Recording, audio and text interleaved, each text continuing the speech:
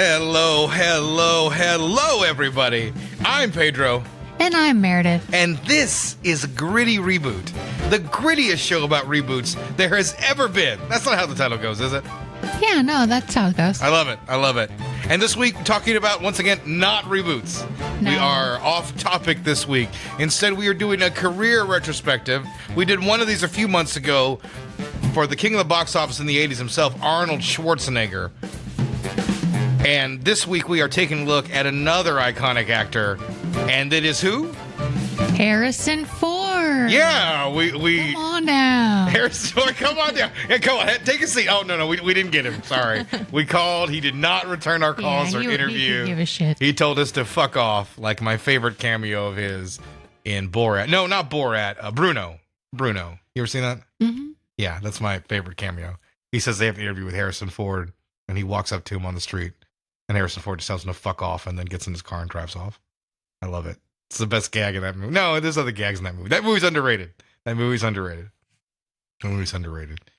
Sacha Baron Cohen tried to make a sequel to the most shocking movie in American history, and he overshot it. Yeah. He overshot it. One day we'll do a deep dive on that period of Sacha Baron Cohen, because he was like the biggest comedy star in the world for like a couple of years, right? Yeah, he was great. Yeah. I'm not saying he's not great, but he was like the biggest star in the world that moment. He was very strange. But hey, listen, just how it goes sometimes. Yeah. He's a phenom. Anyways, yeah, we're talking about fucking Harrison. Yeah, so anyway, career perspective of Sacha Baron Cohen. No, I'm we're sorry. not talking about we're not doing Sacha We're Baron talking about Harrison fucking Ford. We're talking about Harrison fucking Ford. Yeah, and it's very important that anybody talk about Harrison Ford because he's an icon. It absolutely, he is the absolute megastar of the 80s. Yeah. Like, he is one of the biggest movie stars there has ever been. Yeah, really. You can put it up there with like Humphrey Bogart. Yeah. And anybody like that. John Wayne. You know, he absolutely is that level caliber of movie star. And I do want to say movie star, really, because he's not really an Oscar kind of actor, right? No. That's not really something that's ever really been. He's a Hollywood movie star. Yeah, he's a movie star. Absolutely. Yeah. He is a movie star and a damn good one at that. Yeah, hell yeah. When did you first become aware of Harrison Ford? Indiana Jones, baby. Yeah, I think for anybody our age, it's going to be Indiana Jones. Yeah. It's going to be Indiana Jones. That's who you're going to see. Even I think more so than Han Solo, right? Yeah, absolutely. Yeah. Like for my brother, who is 9 years older than me, mm-hmm. He is a Star Wars head. But yeah, because that's the thing. Star Wars came out technically in his lifetime, right? Yeah. You know, because I think by 82, Return of the Jedi came out, right? Yeah. Well, we'll take a look at here in a minute. You know, I'm not even born yet. So, you know, and that's what I'm saying. Like, Star Wars forever had died down, but Indiana Jones was still a thriving franchise into the 90s. Mm-hmm. And I mean, obviously, we just got a sequel not too long ago, but it did sort of go away after the 90s and then come back for an underwhelming film, which seems much better in comparison. It's amazing that he went from one iconic performance to another. Like, ridiculous. If you really think about it, yeah, like what he owes his agent so much. Oh my God. Yeah. All right. Well, let's talk about his first film, American Graffiti. Well, okay, let's be real. This is not his first film. This is the first film we're starting with. Yeah. First one we're covering. Yes. He was a working actor as well as a carpenter. That story is indeed true that you hear. That's how George Lucas first became aware of him. He started working in 1966. Yes, 1966, Pick Up Sticks. He began work with Dead Heat on a merry-go-round. I don't know anything about the film, wasn't unable to see it. Basically, anything before American Graffiti, I don't believe that I got a chance to see. But almost everything after that I have. There's only a couple of movies on this list I've never gotten around to, and we'll talk about them when we get there. But American Graffiti. Never seen it. You've never seen American Graffiti? Never seen it. I should have put that movie on for you, but we'll talk. We'll just do an episode about George Lucas because he hasn't made that many movies, and they're all different.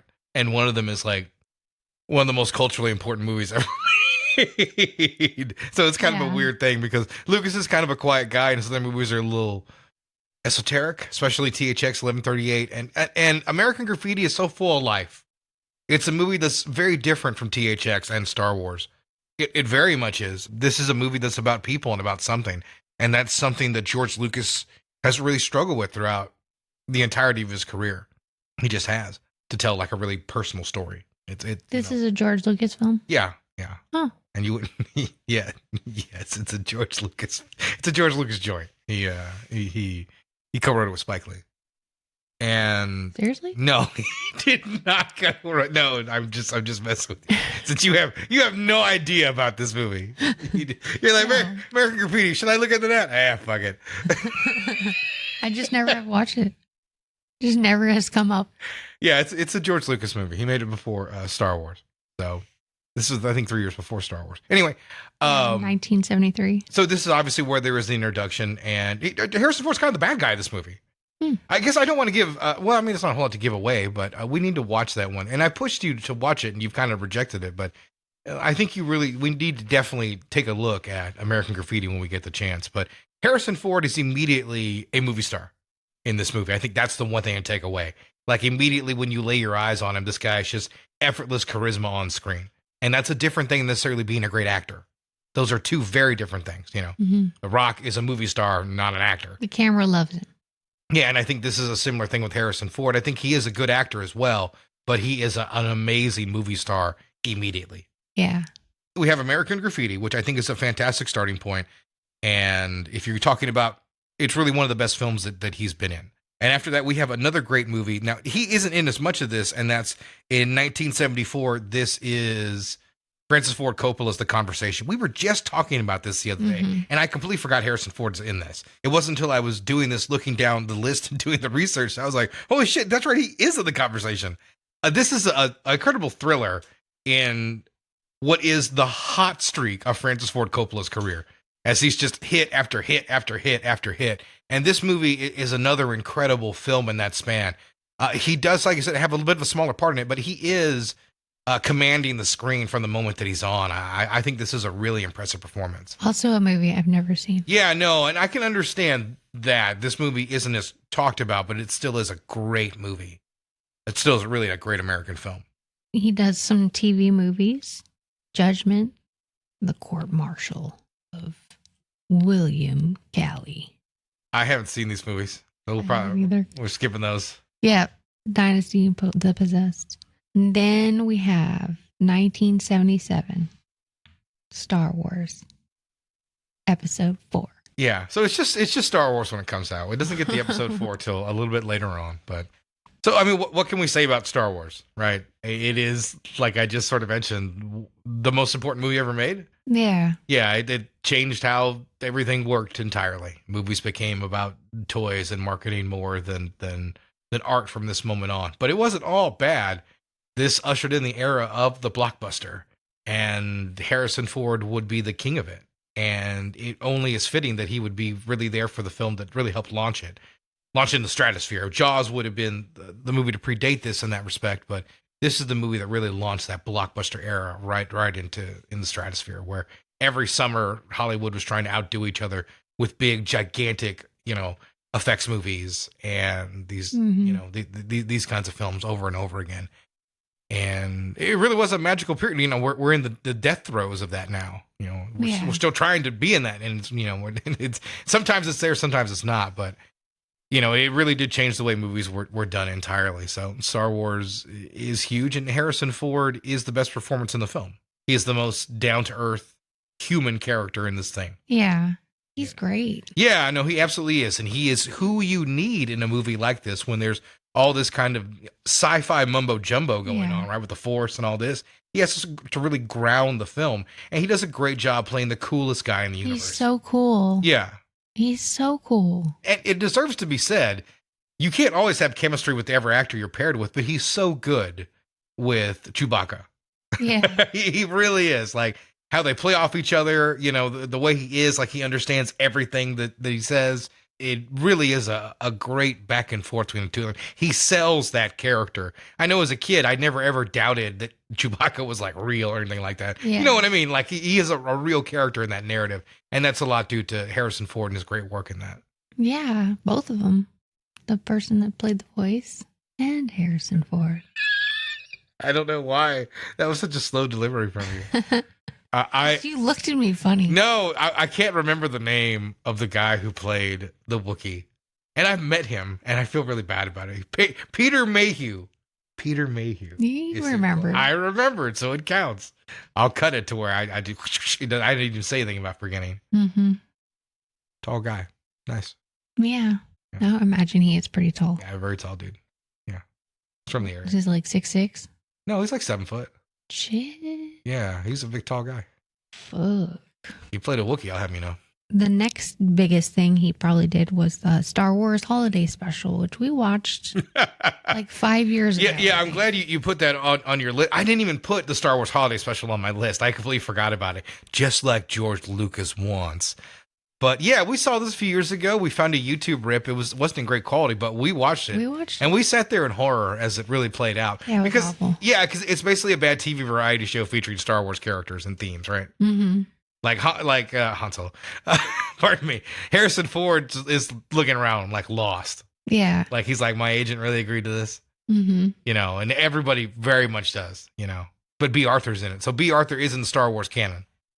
Oh my God. Hey, listen, that's true. George Lucas made it so. I wouldn't say it if it wasn't true. Very good now. So what's next on your list? The next movie on my list that I want to talk about is Apocalypse Now in 1979. Because Apocalypse Now is another one of his performances that helps sort of build the mystique up of Harrison Ford. Mm-hmm. Like, once again, I say he's a good actor. I don't think he's an amazing actor like someone like Denzel Washington or anything like that. There's a lot of things that he can do, Denzel, that I don't think Harrison Ford could do. But as a leading man, there's certain things that Harrison Ford is great at. But I think when he has a chance to do smaller character work, he does get an opportunity to shine a little bit. And I think, you know, this is another opportunity where he does that. You've seen Apocalypse Now, right? Yeah. Okay, I didn't know if you had or not. I know we've never seen it together. So I saw it as a teenager. Yeah, but I knew it'd be a long time since you've seen it. It's been a long time since I've seen it. Yeah, it's been a long time. Yeah, when the Blu-ray came out, when they put together like the extended cut, that was the last time I saw it. So I haven't seen the theatrical cut in a really long time. He's also in, by the way, in 1979, More American Graffiti. I barely remember ever seeing this movie or that he is in it. So, hey, next big thing we got, 1981, is Raiders of the Lost Ark.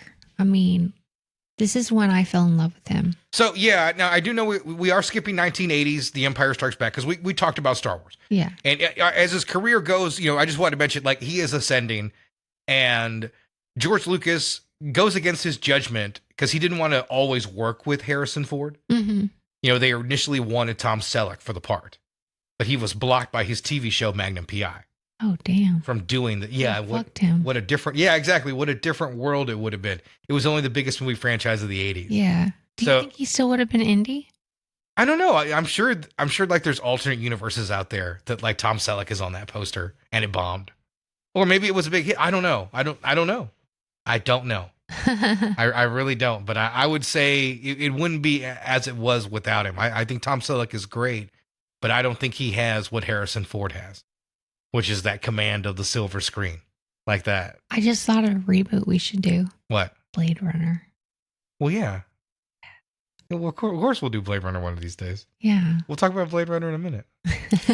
I'm sorry. We're gonna get. I'm getting excited. Yeah, I know. All these movies that I love. We're gonna get there. Can't before we get to Blade Runner, can we finish talking about Raiders of the Lost Ark first? Chill, lady. So no, Raiders of the Lost Ark comes out and it's this massive hit, huge cultural phenomena, makes a ton of money, and it puts him firmly at the top of the A-list. Mm-hmm. Like, not only has he opened one gigantic movie in Star Wars, but he's done it a second time. Yeah. So now he is this Hollywood leading man that everybody wants to work with and wants to put him in anything. So in the next year, he's going to have the first bump in the road. Now, it's so weird to say bump in the road because it's Blade Runner. And Blade Runner is a flop. Critics are lukewarm on it and audiences are confused. But it's amazing. Yeah, but here's the thing. You've never seen the theatrical version of Blade Runner. You never have. The director's cut has been so prevalent since the late 90s. You've probably never seen that original theatrical cut with the narration. You've never seen it either? I have. I'm pretty sure I've seen all the cuts. Now, granted, I have not bought a version of Blade Runner since the Blu-ray came out like 16 or 15 years ago, maybe a little less than that.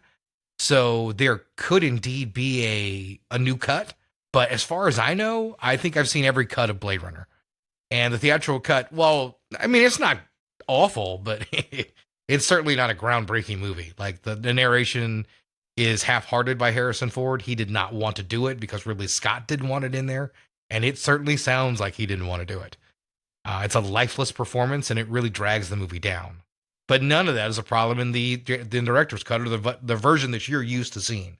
Yeah, he's amazing. Yeah, where he's great in the movie. He does a great job playing that noir detective. Yeah. Harrison Ford's crack at it, I think, is incredibly successful. It's, one of the greatest science fiction films of all time. Yeah, absolutely. I love that movie. Yeah, and like I said, haven't seen the new one. That's right. I saw it by myself. I've never seen it. Yeah, so myself. When we do it, that's what we're waiting for. I guess we'll do it sometime later in the year. You don't just have to stare at me while I drink water. I'm gonna stare at you. Yeah, I know. I just you're like waiting for me to say the next thing. It's like I had to drink one. So yeah, Blade Runner comes out, and like I said, it's a bit of a flop. So it doesn't really help him, but it certainly helps his esteem much later on as the movie gained notoriety later on. But in 1983, the Star Wars trilogy finishes with Return of the Jedi, which is once again another massive hit, continues on his hot streak. 1984, Indiana Jones and the Temple of Doom. Now, Indiana Jones and the Temple of Doom is a $28 million budget, and that ends up making $331 million. So I think that actually is, I think that's a little bit less than what the last one we made, but it still is another massive hit. Yeah, it's not as good. Yeah. But I like it. Still a great movie. The hot streak is continuing, and then he makes what I think is his strongest film, and that's Witness in 1985. Yeah. Witness, directed by Peter Weir.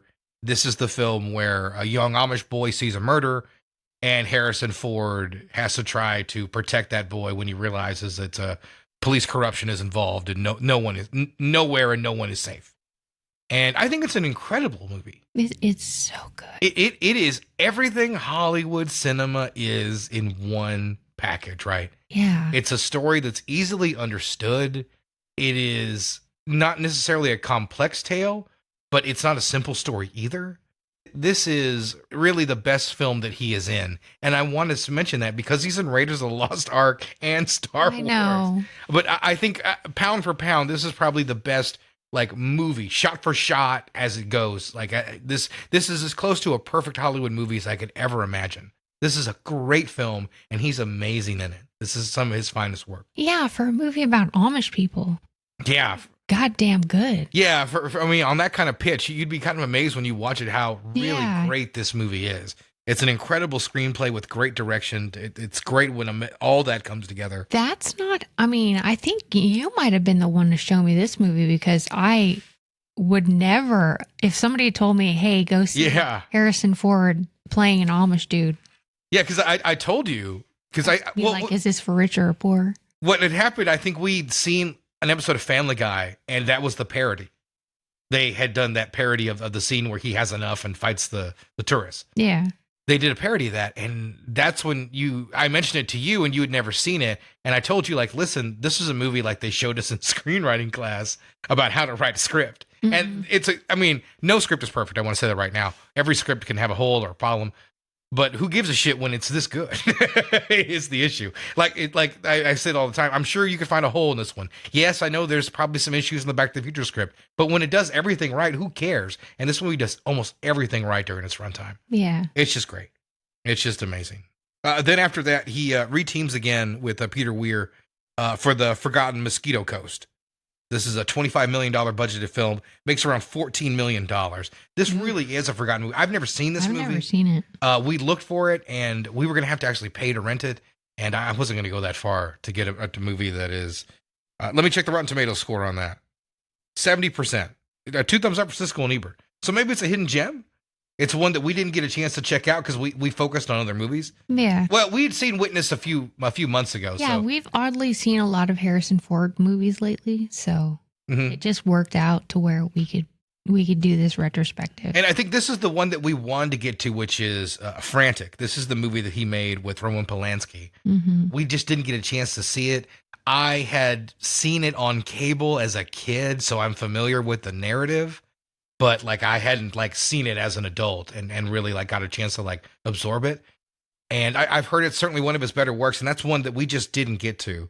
But that is another movie that does underperform a little bit. That's a $20 million budget, makes around $17.5 million. Then you have 1988's Working Girl. Now, Working Girl on the opposite end is a big hit. $28 million movie makes 103. Big hit.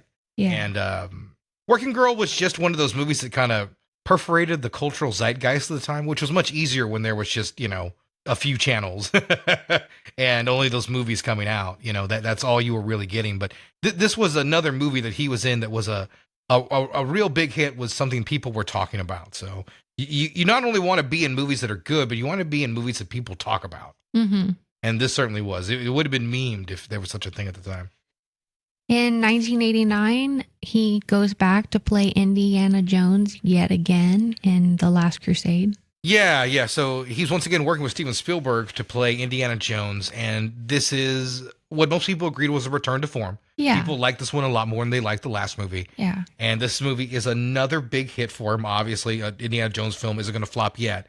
This is a $50 million budget, makes just under $500 million. Yeah, it's a hell of a movie, hell of a comeback. We love it. I watched all three of these movies not too long ago. Yeah. No, I used to watch these almost yearly. I think it's been a long time since I've watched well, it's not a trilogy anymore. So I think, I don't think I've sat down to watch them all since they were a trilogy. I think that was the last time I sat down to watch all these movies. Yeah. And now there's like 2 extra. And we'll talk about Christmas when we get there, but it's something I have issues with. I just don't think it's his best film. Presumed Innocent, 1990. Is this a movie you've seen? No. I saw this a very long time ago, and I barely remember a thing about it, to be perfectly honest. Even though it is well reviewed, I think I might have seen this in high school, and I think that's my only interpretation of it. This is obviously considered one of his classics, but it is sitting, like I said, at around 86% on Rotten Tomatoes. So maybe another movie of his that's worth watching and worth checking out. That's the thing about his catalog. There actually might be some hidden gems in there, especially when you have such gigantic movies throughout his catalog. Mm-hmm. Regarding Henry in 1991. So it looks like he works like a year at a time. Have you seen Regarding Henry? No. So you're not familiar with the plot? So I think Regarding Henry is about a guy who's like an evil business guy. He's like, I do evil business stuff, and that's who he is.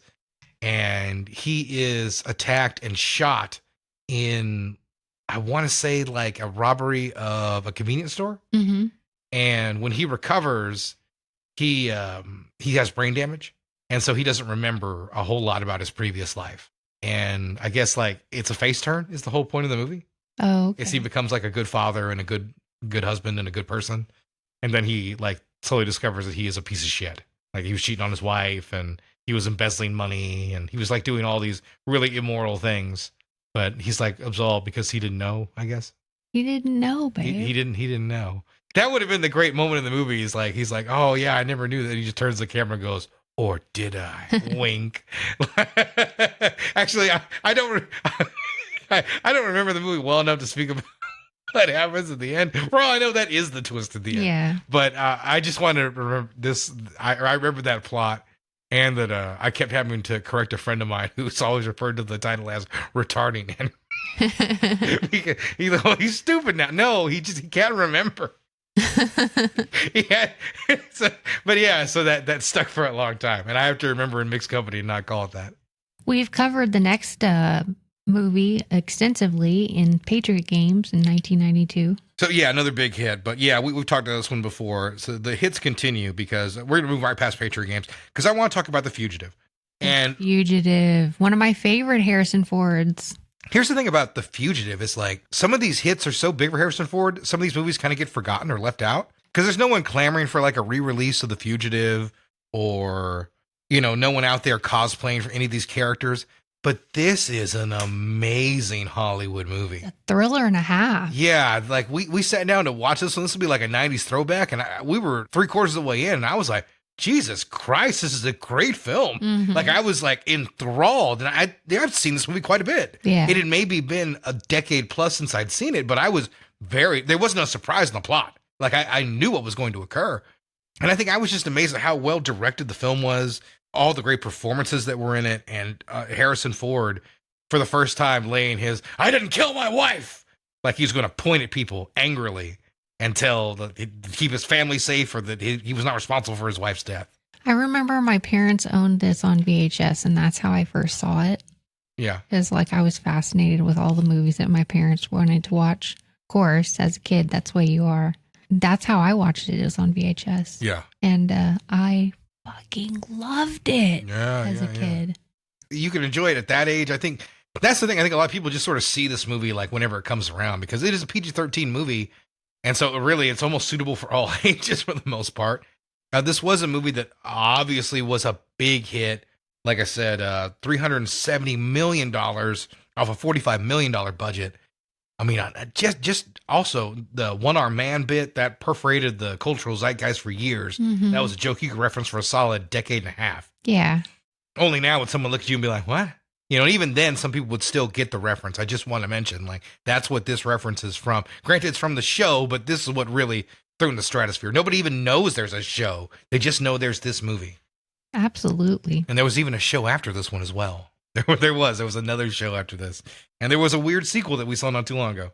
In 1994, we come back to Clear and Present Danger as Jack Ryan. Yeah, this is another Jack Ryan film. And this movie also is another big hit. $62 million budget, $216 million made. In that era, you can make a movie for adults, just a thriller that's not aimed at any teenage audience at all, right? Mm-hmm. There's not a single immature thought in this movie. And that's just what you could do back then. But after that, we move into 1995. He is in a rather forgettable remake we might have to cover one day of Sabrina. And that's Sidney Pollack directed this version starring him. And if you can remember this 90s icon, Julia Ormond. You remember Legends of the Fall with Brad Pitt? Yes. She's the love interest in that. Oh, okay. Yeah. And this was her moment to shine. This is like, you know, I talk about every now and then an actress like, hey, this is your call up. Like, you know, if this movie's a hit, you get to move on to the next stage. And all of this seemed like it should have worked for her. She just worked with Brad Pitt on a big hit movie. She's going to do Sidney Pollack, Harrison Ford. And it is a $60 million movie, only makes a little bit under $90 million. With this being a remake of an Audrey Hepburn film, I think people really expected a lot more. This was a real disappointment. You know, at the box office and with critics. So I did want to mention I had seen it because I remember HBO did like a making of because people thought this was going to be like a gigantic hit romantic comedy and it just didn't work. Harrison Ford would really struggle to find a hit romantic comedy in the rest of his career. Interesting. I just wanted to mention it starts here. And then we have Air Force One in 1997. So Air Force One is another big, and here's the thing, when an actor gets to a certain age, you feel like every movie's a comeback role, which is sort of strange to say. But this was another return to form to him because I think this movie's a lot of fun. Yeah, this is a good popcorn flick. It's a good role for an aging action star to play of an action heavy president. This is a dumb movie, but it's well directed and it's got a lot of energy to it. Never takes itself too seriously. And for all intents and purposes, $85 million, $315 million return on that budget. So this was another hit movie. Harrison Ford could still put butts in the seats. But that could be contracted also that year because he made The Devil's Own with Brad Pitt. Mm-hmm. And that's sort of a forgettable IRA thriller. I think I've seen it. I know I went to a theater to see it, and I don't remember how it ended. I don't even know who I went with, but I know I went to go see the film, and I wasn't really enthralled, and I can barely remember a thing except for Brad Pitt's maybe dodgy Irish accent. But that's a $90 million movie, pardon me, made 140 worldwide. So a mild return on investment there. And then we have another movie here coming up in 1998. I put a wrong decade there.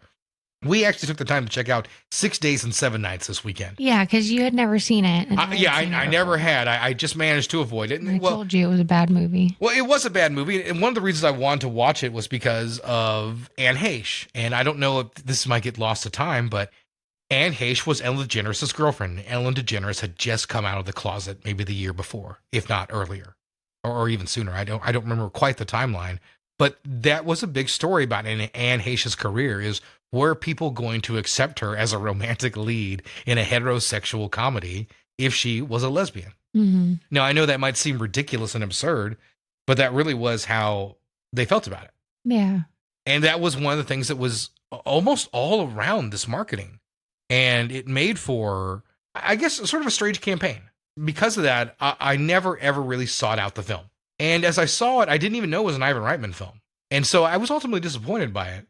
But Harrison Ford has effortless charisma in any part. Yeah. And even something like this where he even shines through here. Yeah, like I said, I don't think it's great by any means, but it is interesting.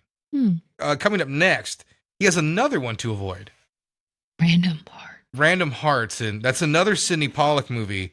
And this one is a poor return on investment, $64 million budget, a $74 million return.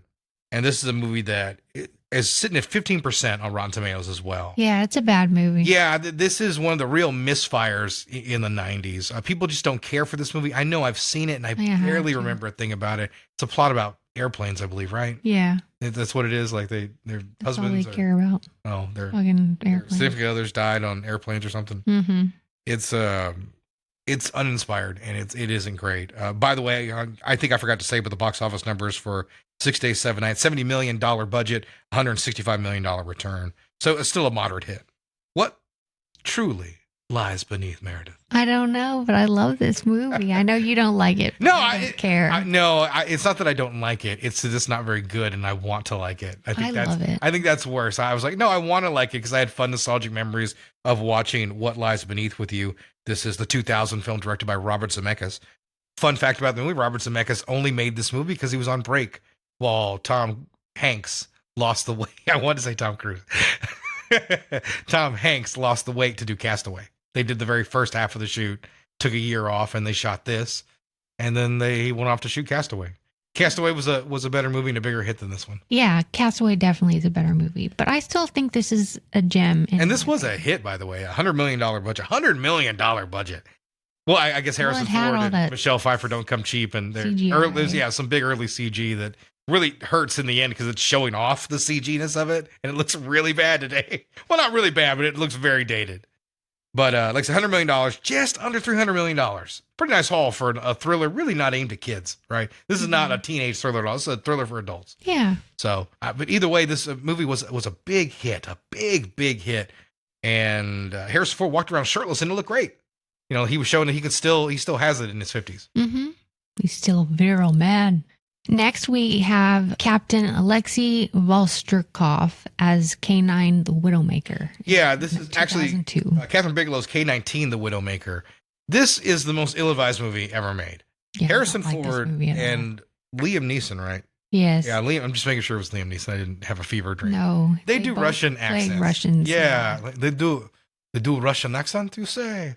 And it's the level of quality. Like sometimes Harrison Ford deliver a line and you're like, that was the best take you guys had, huh? and listen, like I love Liam Neeson, but he shouldn't have bothered either. Yeah. Terrible movie. Then you have Hollywood Homicide in 2003. By the way, $90 million budget on K-19, $65 million return. So a real flop. Then this really, nobody wanted to see this at the time. So, and then you mentioned 2003, same year, rough year for Harrison Ford, Hollywood Homicide, him and Josh Hartnett.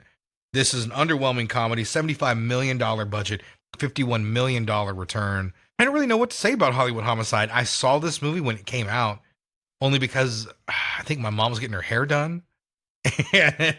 And so I think I was just killing time while she was at the mall or something like that. I think like that's what it was. And she's like, I'll be back in 2 hours. So I saw Hollywood Homicide and wished I just walked around the mall. Yeah. Yeah. It's just a very underwhelming comedy where he plays a cop who has to sell real estate to make ends meet. There's some lukewarm murder plot. It's sort of whatever.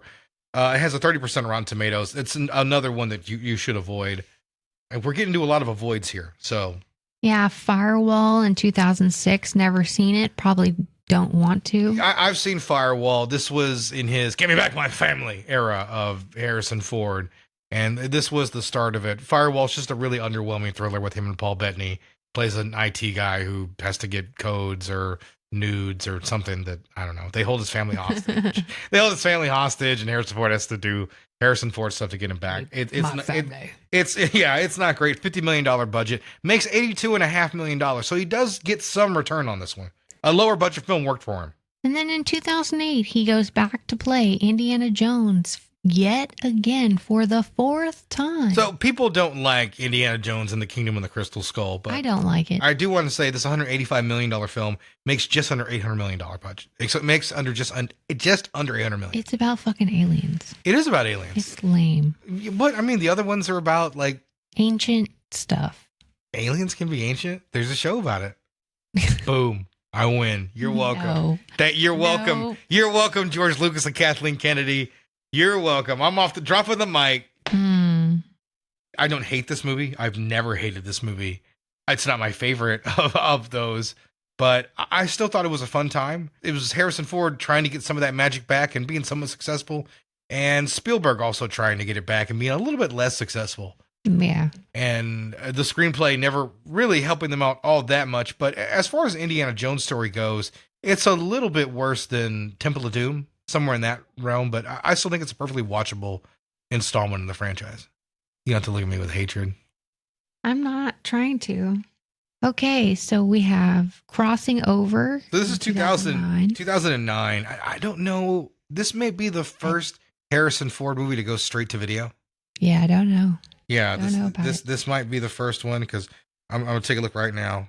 Yeah, this movie was shot in 2007. It wasn't until 2009 where it did get like a release on like 8 screens and then straight to DVD. Mm-hmm. It's a movie that was a disaster.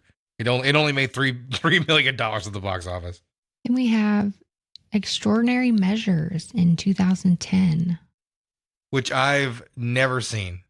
This Brendan Fraser, yeah. I can't even remember the trailer. I think they're doctors trying to cure something. $31 million budget, $15 million return. And then critics say 29%, by the way. Plot. Yeah. They are doctors. Okay. They save lives or something like that. With extraordinary measures. In 2011, we have Cowboys and Aliens, which we saw not too long ago in honor of this. We did. I can't remember a thing about this movie. Harrison Ford wasn't great in it. I didn't know that. Harrison Ford was awful. Yeah, because he pulled off the gruff old guy bit so well in 6 Days and 7 Nights, and he's just not doing it in Cowboys and Aliens. Cowboys and Aliens is just kind of a mess. Daniel Craig has his worst American accent in this movie. Yeah. And he takes real pride in Southern American accents, but you could tell he's like, I don't want to overdo it. And now he knows, like, oh, just overdo the fuck out of a Southern accent. Yeah. That's what people want to hear. Yeah. Absolutely. We want to hear that. Western. We want to hear that gravy on the accent. Yeah. But he didn't know that then. No. This movie suffers because of it. It's just an underwhelming picture. By the way, I did want to mention, you skipped right over it, but 2010, Morning Glory. Oh, sorry. No, he plays, I want to say, I'm trying to remember the guy's name. He had a button under his desk to lock women in his office, to harass them. Oh, Matt Lauer. He basically plays like Matt Lauer, but before we knew that, Okay. So he's kind of a jerk, but not like a rapey jerk, just like I'm an overbearing boss jerk. And he's a lot of fun. That's Rachel McAdams. It's a romantic comedy. It's supporting work for him, and he's a lot of fun in that. And I just wanted to mention it because he's not always a lot of fun. 2011 was a really busy year for him. Yeah. He did Star Wars 5. What year are you talking about? Oh, wait. This must be the remastering. Star Wars Episode 5, 6, and 7. I think the year we want to focus on is 2013 because we have one performance I want to talk about really briefly, and that's 42. This is the Brian Helgeland written and directed biopic about Jackie Robinson, one of the greatest American sports figures to ever live. That's a $31 million budget with just an $100 million return. This is a very good movie. And he plays the owner of the Dodgers, who was the first guy to take a chance on bringing Jackie Robinson in. And it's a great performance by him in a role that's a bit against type for him. And this is one of the gems of his catalog that you might have missed if you're not a sports fan. I've never seen it. I think you may not see it, but the story of Jackie Robinson is a great one. And this is an incredible telling of it. And Harrison Ford delivers one of the better performances in this movie. But I would certainly recommend everybody check it out. Chadwick Boseman is Jackie Robinson. So if you're a Black Panther fan, definitely check this movie out. A really great film. Paranoia is also coming out this year. That's considered one of his worst. Critics called it cliched and unoriginal. This is $35 million budget, barely makes $17 million. I mean, that's its only real claim to fame. It's terrible. He has a little small cameo in Anchorman 2, but the other movie I want to talk about was Ender's Game. Yeah. Ender's Game should have been a big hit, but it wasn't. Like Ender's Game, this was right when there's all this young adult fiction. Mm-hmm. Everyone's excited for young adult science fiction. Yeah. Yeah, Mockingbird. They're just catching, there was all the Hunger Games stuff, and there was still remnants of Harry Potter that was clanging around that, kicked everything up into high gear that Twilight ran with. So, and this is one of those movies that was supposed to really launch it. This was a $115 million movie, only makes $125 million. The film has a cult following, but is generally considered to be a real disappointment, that it did not make the money it was expected to at the box office. Sits around 60%, so fresh on Rotten Tomatoes, but a very low fresh. I know people that love this book that really don't care for this film. We just passed the anniversary of this film not too long ago, so I listened to a retrospective by some fans, and they were all just generally disappointed by the tone and basically how much crap they had to squeeze into the movie to make it work. Yeah. When the book is a bit more suited for a miniseries than a 2-hour film, and because of it, it fell apart. It's forgotten, and no one cares. Yeah, we were gonna watch this movie, but we just ran out of time. Yeah, we ran out of time, and I that was one we had to rent, and I was like, no, we have a bunch on streaming. Let's stick with those. He's in The Expendables 3 in 2014. Quick little cameo. Yep.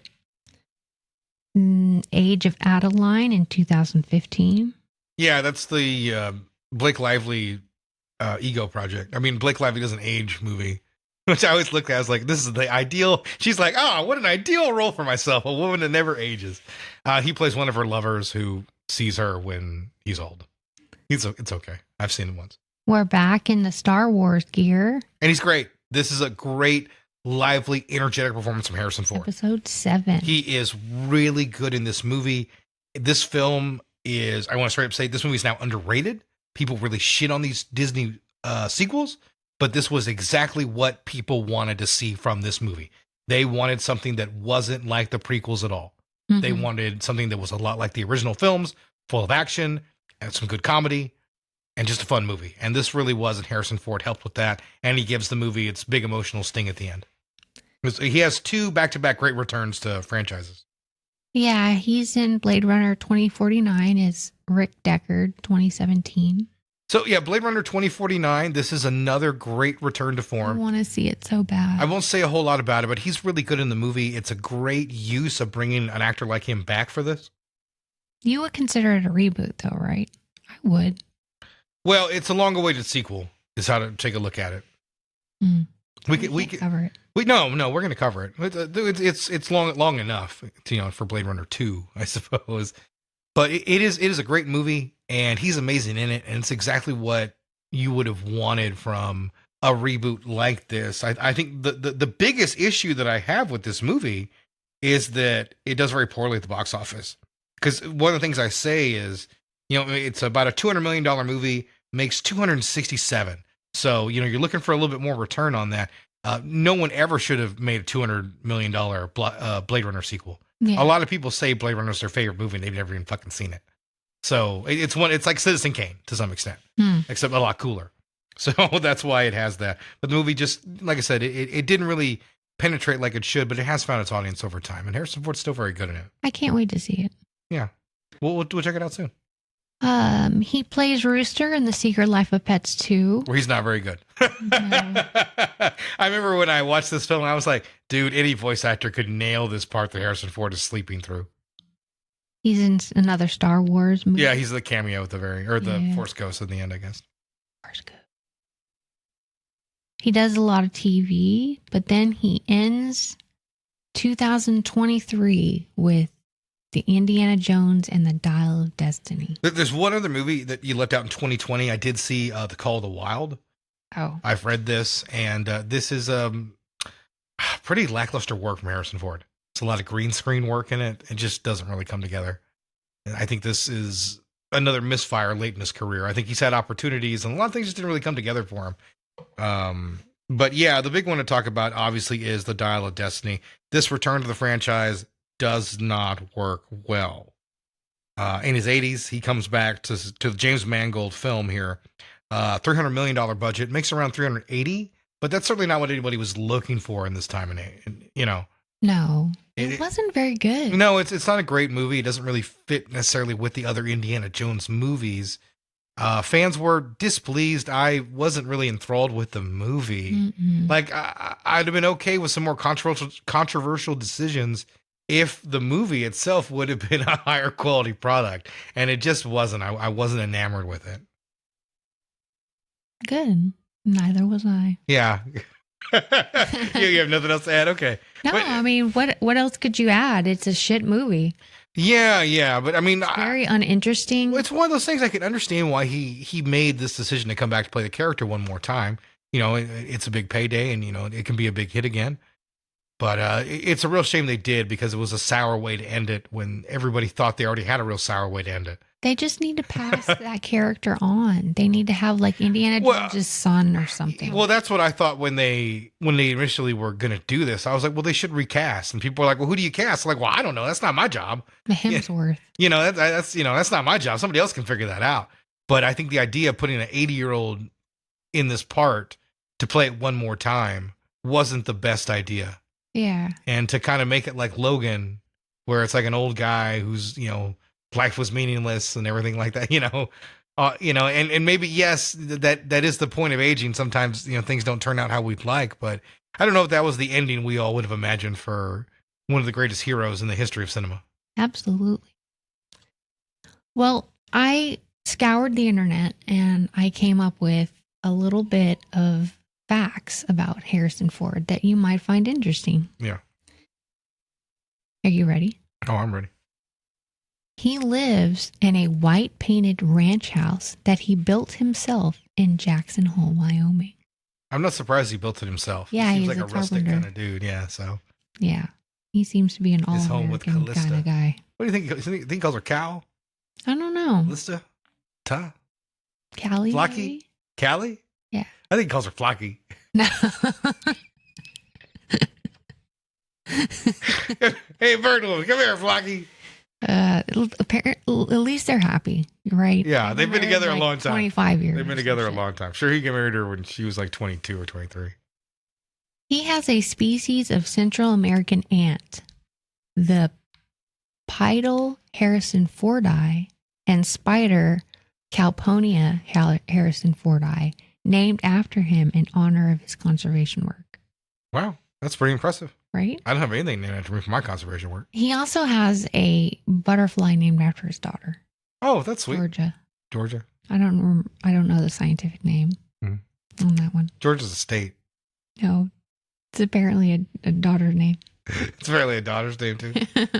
On the 31st of July 2000, he piloted his helicopter to rescue a dehydrated 20-year-old hiker, Sarah George, from Table Mountain near his ranch in Jackson Hole, Wyoming. Yeah, so Harrison Ford is an avid pilot and does take part in a lot of these rescue efforts. Yeah. I was doing some research into his flying bits, and I found a great interview with one of the kids he rescued. I don't think it was this person. This was a kid who'd been missing for a few days, and Harrison Ford was flying over and just happened to find him and land. And the kid, you know, it had been 2 days, so he was dehydrated, but he was still okay. But he immediately saw Han Solo land and save him. He's like, well, I'm hallucinating. Mm-hmm. It wasn't until hours later when Harrison Ford came back to the hospital that he actually finally believed that Harrison Ford did rescue him. He just assumed it was someone else and he'd been hallucinating the entire time. That's cute. It's a cute story. I like stories about hallucinations. No. I like stories about anecdotes about actors like that. Oh, okay. It makes them sound cool. Yeah. No, he just likes to rescue people. That's pretty fucking awesome. Anyways, he scared director Steven Spielberg and the crew during Indiana Jones and the Temple of Doom when, without warning, he ran across the rope bridge used in the film's climax to test its safety. Spielberg later quipped, well, can I say, Harrison really is Indiana Jones. He could have died and that could have been the end of it right That's there. it. I know, right? Who would have starred in Random Hearts? Of the famous friendship circle of Steven Spielberg, George Lucas, and Francis Ford Coppola, he is the only actor to have worked with all three. Yeah, that is kind of interesting. Well, because Coppola didn't really do a lot after a certain point. Yeah, and I guess George Lucas doesn't really do a lot either. He just did he just did Star Wars movies in the O's, and that's it. Steven Spielberg can't get him to stop. Yeah, he keeps making movies. One of his jobs in his early acting days was a roadie on tour with the Doors. Yeah, I did know that. That's very cool. Yeah, that's a cool bit of trivia, and that's all I have. Well, he was a cool son of a bitch. It makes sense. Yeah, smooth. He was indeed the coolest son of a bitch that ever lived. No, he really is cool, and he still is cool, even though he's 80. He's a pretty cool guy. Yeah, I know Indiana Jones didn't really work out for him going back to that one more time, but be that as it may, he still had an incredible career. For the most part, like I said, he had some misfires in the 90s and the O's, but I think it's difficult, when you're getting older, trying to figure out how to continue to be a movie star. If you're getting a lot of like old man saves his family parts, well, you're going to end up playing that a lot, right? Mm-hmm. All in all, I think he did a pretty good job going into his later years as a movie star. He still managed to stay relevant, even if he hasn't had, the big hits or the esteem that like Denzel found or anything like that. Yeah, pretty good shit. I would recommend, if you're a Conan fan, listening to his podcast with Harrison Ford. It's pretty fucking great. Yeah, no, that is an excellent installment. I did listen in preparation for the show. Yeah. I didn't finish the show, but I did start to listen to it. It's nice to hear Harrison Ford in a standard interview, and he's had a lot of great bits with Conan over the years on late night. So he's one of Conan's better guests. Mm-hmm. So that is interesting that he does the podcast, does a great job with that as well. Yeah, they seem to really like each other. Yeah. That's what you get from Harrison Ford when he likes you. Yeah.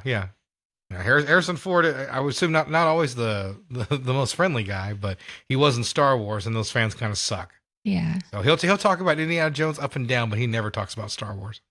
Now he does a little bit that he's older. But that happens to those guys, because Bill Murray for years wouldn't talk about Ghostbusters. Now that's all he talks about. Yeah. I think he realized, like, you know what, that was a great movie, and I was great in it. So I guess that's how it goes. Well, what are our socials, Pedro? What are our socials? There's something we should have talked about like an hour ago. Our socials are, we got to do this at the front of the show. I know. No one's listening anymore. And if you want to let us know how stupid that is, you can do that by emailing us at grittyrebootcast@gmail.com, or simply by searching Gritty Reboot at Instagram or TikTok, or Be Real, and let us know that we suck. Be real. Be real. Don't, none of that fake shit. Let me know if I need to get, or be real and get a Be Real. God, you aged like 10 years. I don't know. Yeah. I don't know. And with that, I'm going to go... be real. I'm going to go be real and put a heating pad on my back because I am old and I have no idea what this new social media platform is. All right. See you next time, guys. Bye.